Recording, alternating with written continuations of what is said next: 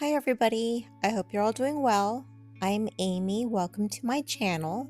Today I'll be setting up my May planner pages. I'll be using these stickers from Hubman and Chubgirl's Cute Critters collection, as well as these Derwent Inktense watercolor pencils and some Papermate flares in coordinating colors. The first 2 days of May will share this spread with the last 5 days of April because I like to have all 7 days of every week on the same spread, even if the week is split into 2 different months. And because of that, I don't usually have space for a whole cover page, but I am creating a mega header / mini cover page. I took inspiration from the flowers in the Cute Critter collection, so I'm drawing a ring of daisies that's going to create the frame for my mega header. I used 2 shades of yellow for the center of each daisy. I used a lighter yellow to fill in the whole oval and the darker yellow along the bottom edge for some dimension. When I use watercolor pencils in my journal, I like to activate the pigment with a colorless blender marker. The one I'm using here is a Tombow dual brush pen. Doing it this way activates the pigment without warping the paper, since this is not watercolor paper.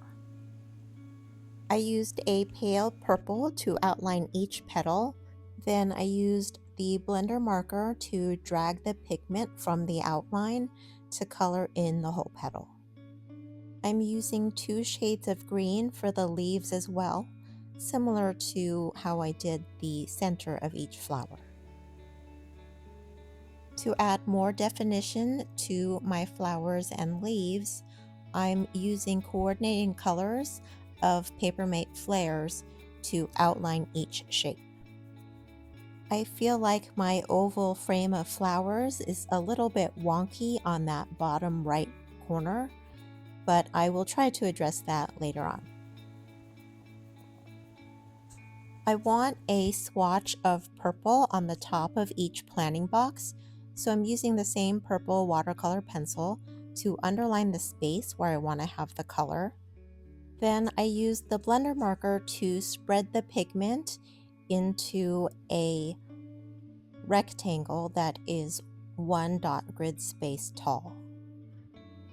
Then I am outlining each planner box with the Papermate flare in a broken line style. I like to set up all of my weekly spreads for the month all at the same time, and the layout of the full weekly spreads are consistent, so I'll speed through that part. For the full weekly spreads, I decided to put the flowers down along each margin and the planner boxes right next to those. I move everything from my future log directly into my weekly spreads, so I don't need a monthly calendar. This last spread will only have the last day of May and a notes box for now. Eventually, the first 6 days of June will go here too. I thought the spread would look more balanced with an even number of boxes on each page, which is why I decided to put the notes box on the last part of May. Flipping back to the beginning of May, I'm using a darker purple Papermate flare to write in the headers in kind of a stretched out lowercase cursive. The header for each box will go in the purple swatch I made earlier. Each week has 8 planner boxes, 1 for each day of the week and 1 for notes. Now it's time for the fun part, adding the stickers. I tried to camouflage that wonky oval with a large butterfly sticker, and I do think it makes it a little less obvious. And other than that, I'm just trying to spread the critters out and make the spread look balanced. You'll notice I left a lot of blank space on each spread. That is my flex space. I usually use that space for memory keeping and journaling, but I could use that space for trackers or expanded to-do lists, whatever I happen to need that week. And at the end of the month, those spaces will all be filled in.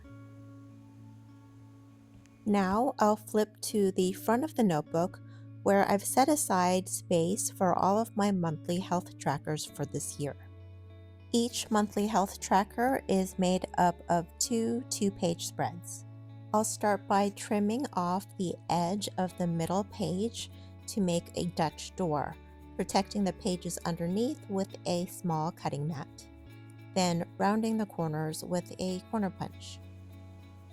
The header is going to go along the margin on the right, so I turn the notebook sideways, and I'm using the darker purple Papermate Flare in the same stretched out cursive. I sketched out the header on the scrap of paper I cut off for the Dutch door and lined it up with where my header will be to help me with my letter spacing. Down the left margin, I write the dates 1 through 31 and the first letter of each day of the week. With the Dutch door, the header and dates are visible from every part of the tracker. I'm using the lighter purple Papermate Flare to outline each column where I will collect all the data for the month. Each column is for a different metric.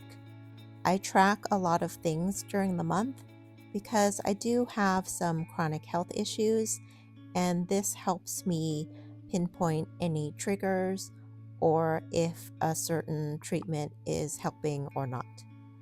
Along the top, I create brackets where I will write the header for each column. The top of the bracket is 3 dots to the right of the base, so the line is a little bit longer and I have more space to write. I'm using the green Papermate Flare to draw a horizontal line between each Saturday and Sunday so I can have a visual separation between each week. I don't decorate my health tracker spreads, but I do like to use the colors that coordinate with the weekly spreads. Flipping to the next spread, the page on the left will be divided into 2 columns. The first column is where I log my exercise and activity. The second column is divided into 3 sections where I list my AM, evening, and late medications. The whole page on the right is for notes. I'll also add the green lines between each week under the exercise column. I'm using the darker purple Papermate Flare to put the headers for each of these sections. So exercise and activity, the AM meds, evening meds, and late meds, and the notes section. The notes section is where I can write things that I don't have another dedicated space for, like discussions I have with my doctors or any new or odd symptoms. Flipping back to the previous spread, I'll add the headers for the first couple of columns so you can get an idea of what it will look like. I'll fill in the rest of the headers at the beginning of May because sometimes I adjust the things I track from month to month. I almost forgot to label the little tab I made to quickly find each month's health tracker. I made these tabs when I did the original setup for this notebook. And now it's time for the final flip through. Starting with the mini May cover / mega header and the first 2 days of May, sharing a spread with the last 5 days of April, followed by the 4 full weeks of May,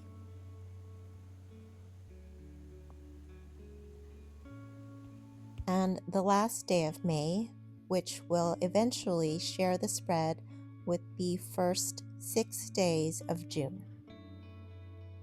Then flipping to the front of the journal where I have all of my monthly health trackers for the year together. My monthly health trackers are the whole reason I decided to start bullet journaling in the first place. By the end of May, this spread will be full of valuable health information. And that's all I have for you for this video. Thank you for watching, and I hope to see you next time. Bye.